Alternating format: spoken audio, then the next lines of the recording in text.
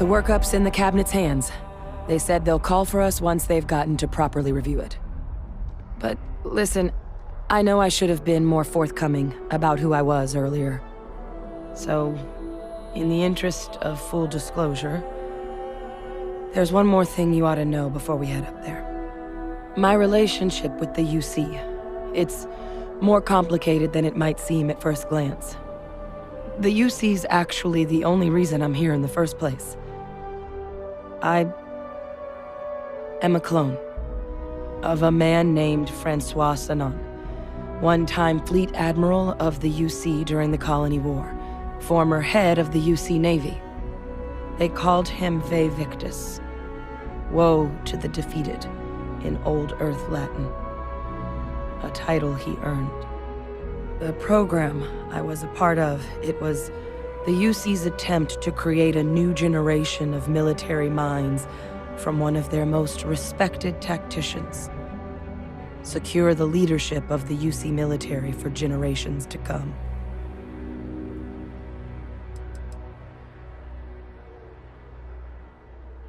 A non-trivial amount of gene editing. Clone, honestly, isn't even really the right term for our relationship, thanks to the amount of donor material that was required to bring me into this world. He and I are different on more than a few levels, but there's no denying the fact we're inextricably linked.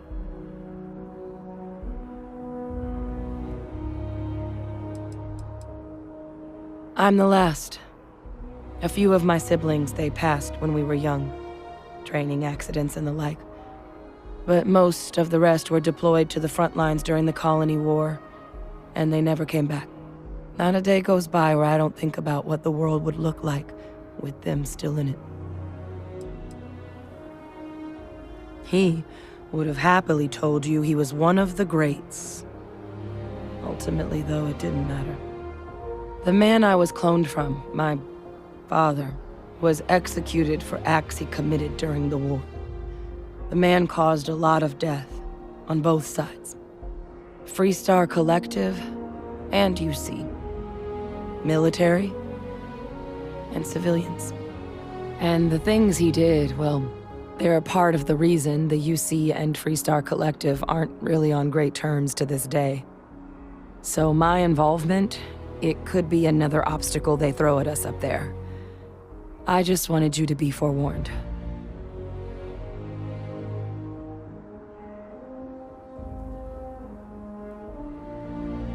I really appreciate you saying that. I just thought you deserved to know, considering how much you've done already. You know, while we've got a second, was there anything else we needed to discuss? I know you got dropped into the middle of this pretty fast. Or, if you've got any last-minute business to attend to, now might be a good time. No telling how long the cabinet's gonna keep us waiting out here.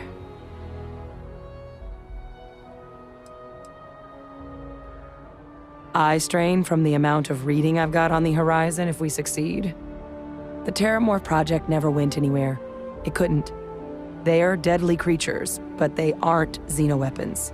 The cabinet not opening the archives is probably a bigger risk than them handing over the files.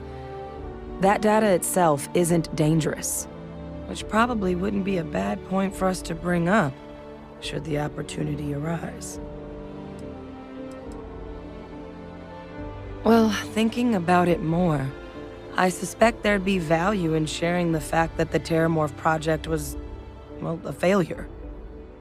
There's no need to be afraid of this data being weaponized.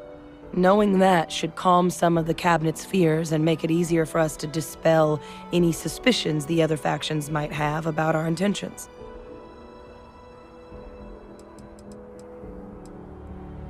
I mean, we never spent a lot of time together. He was too busy being Fleet Admiral to deal with kids. I was raised by a pair of guardians instead. Until his defeat during the Colony War, though, he was known as an extremely effective commander. Savvy, perceptive. That mind opened a lot of doors for him. And for me, too. But Vae Victus, for all his ability, was heartless. Ruthless to a fault. In the end, that's what cost him his life. That's actually a souvenir from my time on Mars. The Red Devils unit I was a part of, they were founded by recruits who'd worked some of Mars' deepest mines. Folks used to adversity. The dust at those depths, it seeps into everything. The human eye included. Where the name Red Devils came from in the first place. It became an unwritten rite of passage that anyone wanting to enlist with the Devils had to do a stint in the mines before they could join up. The Devils were always talked about in such revered tones during my training, so as soon as I was old enough, I signed up. And the eyes were my parting gift. Then I guess it's just a matter of... The cabinet meeting is about to begin. All parties, please proceed to the cabinet chambers. Sounds like our cue. Here we go.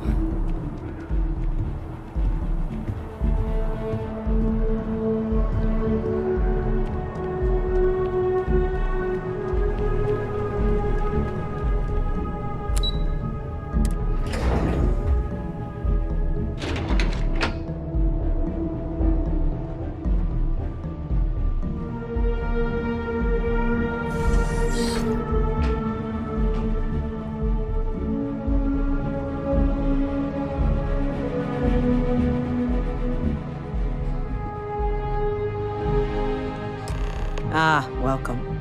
You must be the captain Hadrian mentioned in her report. You have our thanks for the risks you faced in securing this information.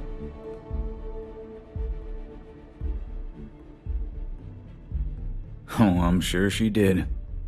Yes, well, precisely how urgent is what I hope we'll determine here today.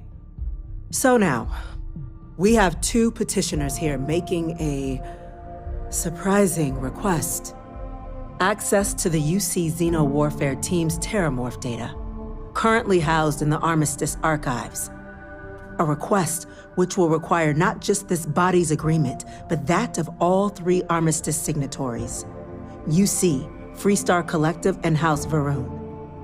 Now, Captain, we've all read Hadrian's report on the subject, but we have yet to hear from you. Perhaps you could summarize for the Cabinet what it is you see as the goal of this endeavor.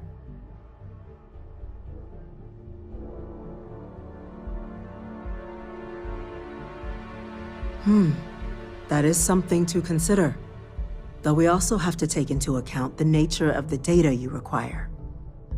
Madam President, I object to the very premise of this meeting. While no one would argue that what happened on Tau Ceti was anything less than a tragedy, Terramorph attacks are not some sudden new threat on the horizon. They've been happening for generations. To demand we hand over banned archival knowledge and possibly upset the balance of galactic diplomacy because of a single attack seems at best panic. And at worst, a power grab by the daughter of a bloodthirsty warmonger and her associates. I would remind the chief diplomat who he's speaking to. If it's my father you're looking to address, you're welcome to consult a medium. I would also ask, how many deaths the Cabinet requires to act? 50? 50,000? Because if tragedies like Tau Ceti are just prelude to more attacks, I have no doubt you'll get the body count you require. Let's keep this civil, shall we? And while there should be no doubt the preservation of life stands paramount among this body's duties, Chief Yassine has a point. Will a single attack, however troubling, be sufficient to convince the other factions to grant us access to what they no doubt consider weapon data? I don't think it's enough. Perhaps you can help, Captain. As the one who actually collected the sample in question, did this Terramorph seem at all alarming to you?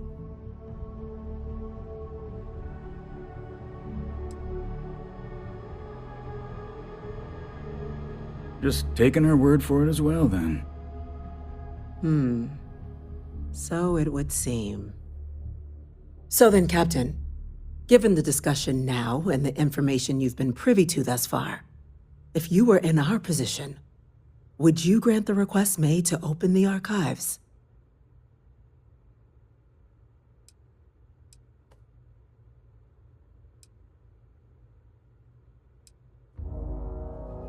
Agreed. We collect as much data as we can, then, when cooler heads prevail, we make an informed decision. Yes, given what we've heard, I find myself in agreement, Captain. No, the captain is precisely right. We could hardly be expected to make a galaxy-affecting decision on such scant evidence. Yes, a fair assessment, Chief Diplomat. So then, while the data you two have presented is compelling, I think we can safely say it's insufficient for the level of action you've requested. Perhaps once we've... What was that? Attention. Attention. An incident has occurred. Facility lockdown engaged. Incident? Chief Sarkin, what's happening? There's been an attack at the spaceport. Terramorphs. Terramorphs. More attacks. Just as predicted. Good God. Damn it. They're here. Now. There must be another explanation. The creatures evaded our scanners somehow. There will be plenty of time for conjecture later. Chief Sarkin, order the evacuation of the spaceport and have your men contain their things, but do it discreetly. The last thing we need is a citywide panic. Yes, ma'am. Admiral Logan, the local barracks can provide support? I'll make the order myself. Nearest anti-Xeno squad, though, is off-world. It'll take a while to bring them in. Well then, we'll have to make do with the tools we've got. You two, you can't risk those things getting out of the spaceport. I want you both on the next train there. We'll let them know you're coming, and that you've dealt with these things before. Now go show them how it's done. We're on it, ma'am. Captain, I'm right behind you. Let's get down there.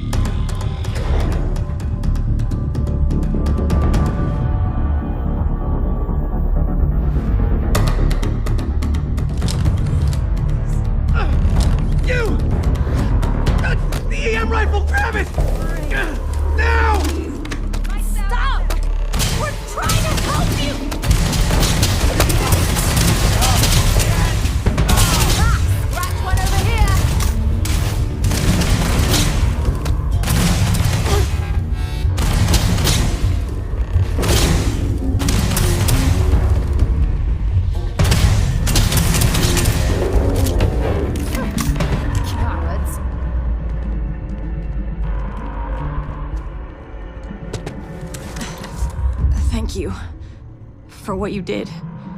We didn't want to hurt them. The way those people were acting. I've seen this before. They were under the Terramorph's influence, weren't they?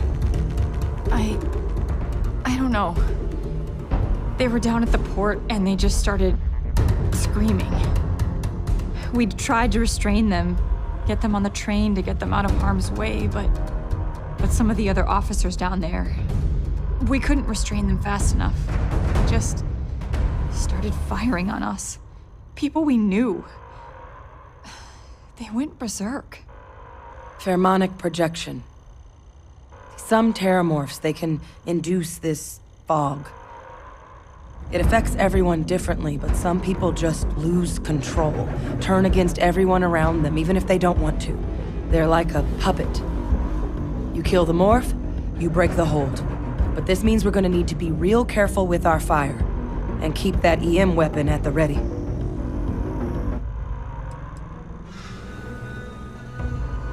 I'm not suggesting. It's documented behavior. The result of the projection, though, can vary wildly. Some folks just shrug it off. Others hallucinate. And some lose control altogether. They'll lash out at anyone around them. But still be aware while they're doing it. Those cases, you'll either need to knock them out with EM fire, or free them by killing the Terramorph. Let's do it. Nat's unlocked. Please, do what you can to help them.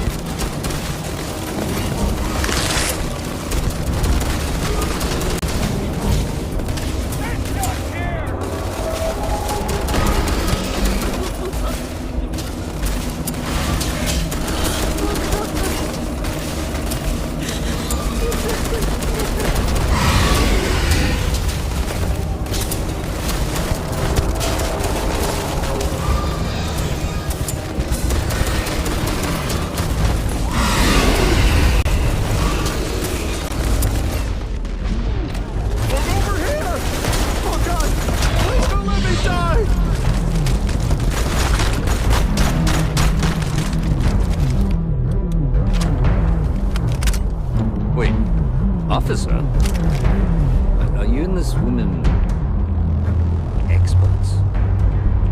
Take whatever we can get right now.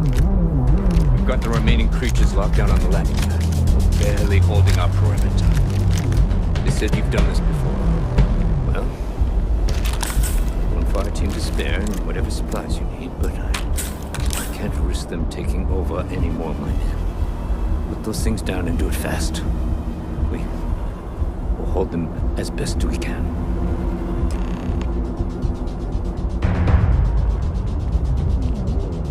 Heard you might be looking for some backup. You say the word, we're out there on your 6. You two have any experience with terramorphs before? Only the brief they just gave on the way here, but we know how to handle pressure. Surviving a full-on mental assault isn't the same as keeping your cool in a firefight. Might make you more liability than asset. We're not UC security. You don't need to worry about us.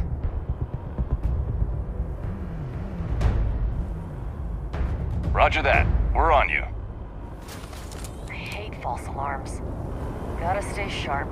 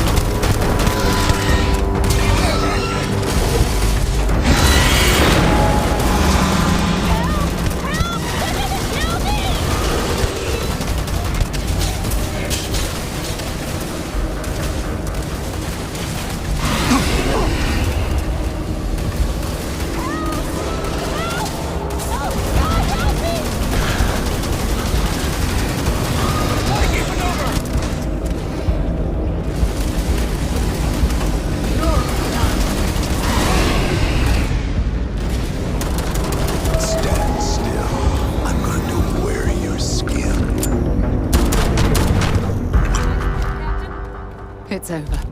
Thank God. If these things reached the populated areas of the city, we would have had an absolute massacre on our hands.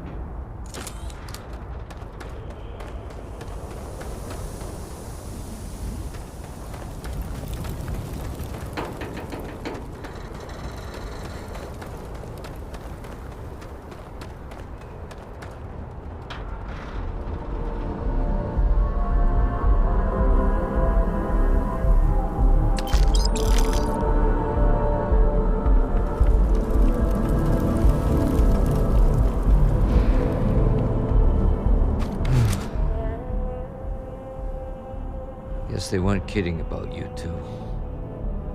Universe put the right people in the right place.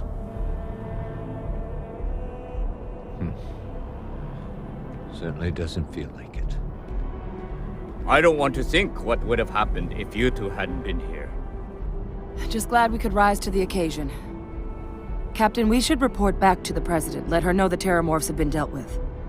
Take care of yourself, Sergeant.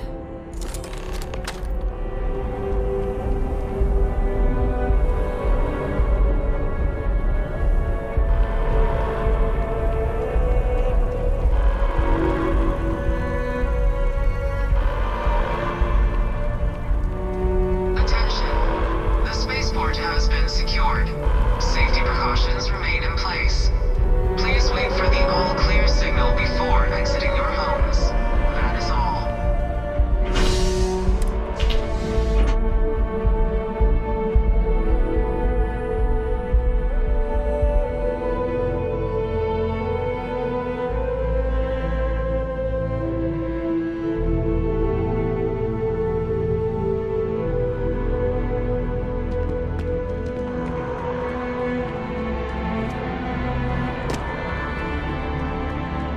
You're cleared to head back up.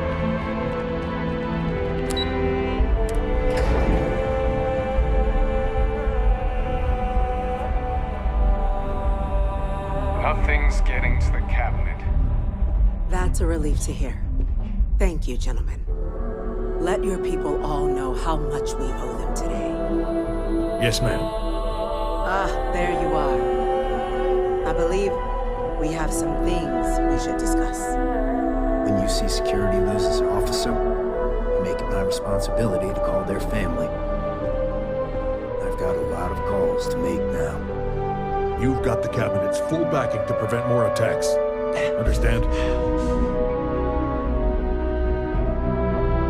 Hero. Captain? Hadrian? It would appear that the Cabinet owes you our thanks for what you did for the city today. As well as an apology. Your concerns about the Terramorphs, well, consider them validated. Thank you, ma'am. Of course. I only wish we could have acted sooner. Now, after today's events, the Cabinet has decided to revisit its previous decision. We will be supporting your collection of the Terramorph data from the archives, as well as a subsequent investigation into the nature of these attacks. But to accomplish those goals, we're going to need the right people in the right places. As such, the Cabinet has authorized me to reinstate you, Hadrian, effective immediately, to your former rank of Major. As soon as we've got the data in hand, we want you investigating these attacks and how to stop them. Will you do this? Yes. Yes, ma'am. I'd be honored. Excellent. But as you've both made clear, for such an investigation to succeed first, we're going to need someone to convince the Freestar Collective and House Varun to play ball. Someone who knows precisely the sorts of dangers the colonies and all the galaxy are facing right now. The Cabinet wants you, Captain, to be that representative.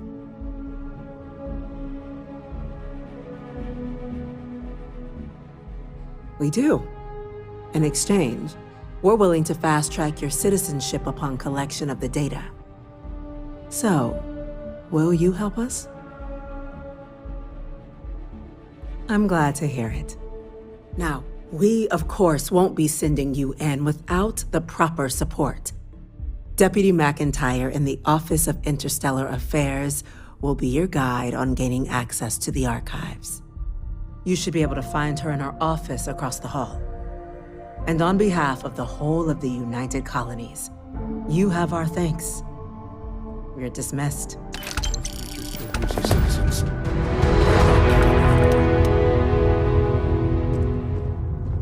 I'm gonna go check in with Chief Engineer Kulkarni. Start getting the plan together.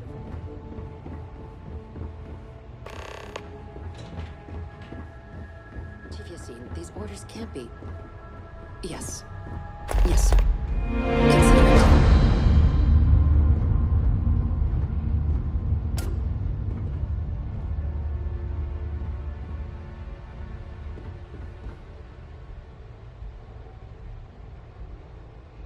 That must make you my Vanguard captain.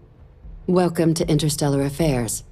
I'm Deputy Chief Diplomat McIntyre, Chief Yassine's second-in-command. I heard you were instrumental in protecting the city from the attack. You have my gratitude. I was also told the President wants us to get you into the Armistice archives ASAP. So, we've got no time to waste. You know what the archives are, correct?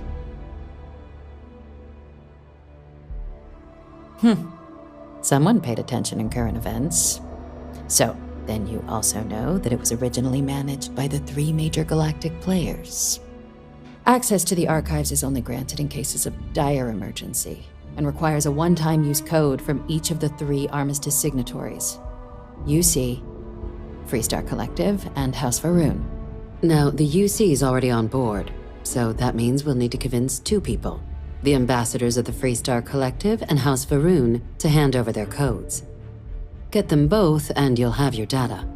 But that's a lot easier said than done.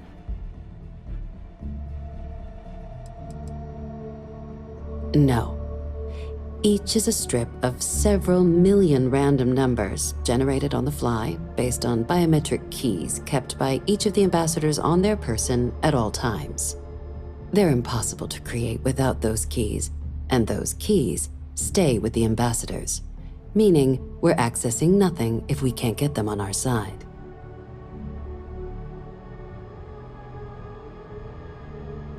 I couldn't agree more. However, both ambassadors have reasons they won't, or can't, work with us. Now, I'll provide guidance on how we believe you can acquire each code, but ultimately, it'll be up to you to get them both to cooperate. And I do mean cooperate. Threats and violence are off the table here. Though that doesn't mean we can't get creative. But it does mean we need to get you up to speed on who you're dealing with. Who do you want to start with? Ambassador Radcliffe of Freestar, or Ambassador Balmore of House Varun?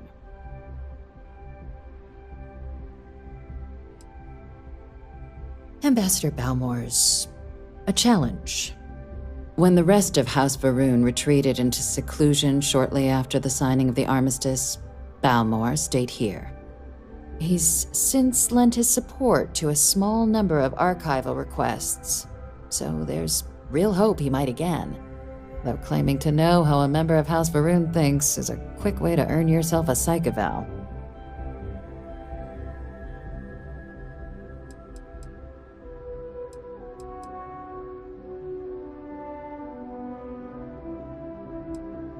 Well said. There's no reason to assume they're any worse than us, despite their cultural beliefs. Of course, but there is another wrinkle. We're not 100% sure Balmore's actually still alive.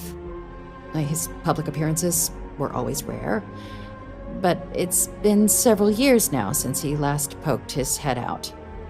Scans of the facility show life signs, but not the kind we were expecting. Your task is to find him and kindly but firmly remind him of his duties under the armistice.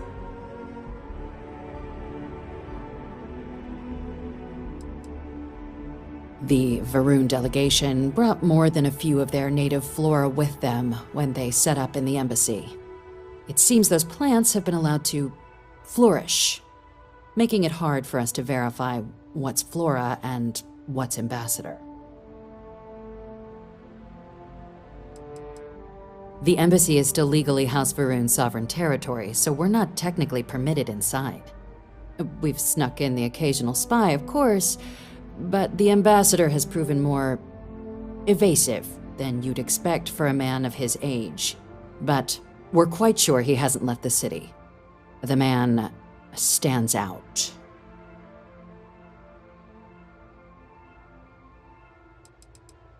Then you search the embassy for his biometric key, collect your code piece, and we'll go about notifying his next of kin, if we can ever find them. But let's hope it doesn't come to that.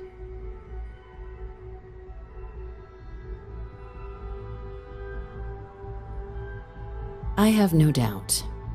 Now, the embassy front door isn't an option, but our spies have stated there's a side entrance that should allow you access. Here, this device should get you all the way down to the embassy interior. Once you're inside, though, finding the ambassador is going to be up to you. And fair warning, we received a report that alarms might have been tripped inside the embassy during the attacks. Watch out for automated security in there.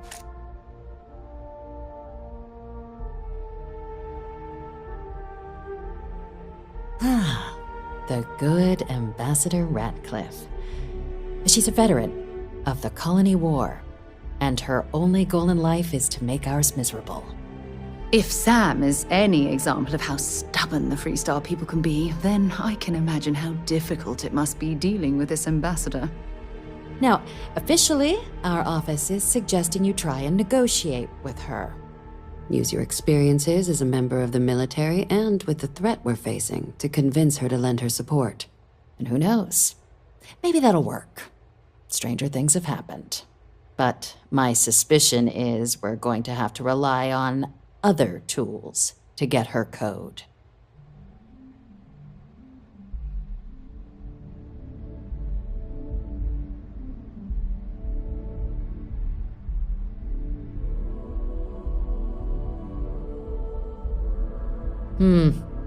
Said like you've done this before.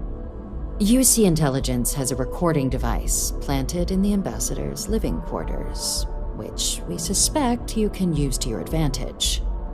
But getting caught trespassing is a quick way to land yourself in an embassy holding cell. So, if you are going to try and access the device, you're going to need to find a way in there without being seen. Now, we recovered some intel we believe should be able to help with that. But there's also a disgruntled staff member you might be able to pump for information, maybe even convince to work with you. Yes, many. Don't steal anything. Don't get caught anywhere you're not supposed to. Absolutely do not harm anyone. If something goes wrong, we'll do our best to smooth things over, but I can't make any promises. Name's Cameron Long. He's younger than Ratcliffe, bears less of a grudge towards the UC. He works closely with the ambassador, making him a promising source for information on the ins and outs of embassy life, and someone who very likely hates her guts. All right. Here, your diplomatic ID. I'll give them a heads up you're on your way. Not likely to let you through the door otherwise. Oh, and I want you to have these. Someone with diplomatic skills like yours should know how to put classified intel to use. Or know when to grease a few palms. Now, if you have additional questions or require clearance for a new approach we haven't already discussed, don't hesitate to ask. I'd suggest you start with Ambassador Ratcliffe. Approach her while the attack is still fresh in her and her staff's mind. Be smart out there, Captain.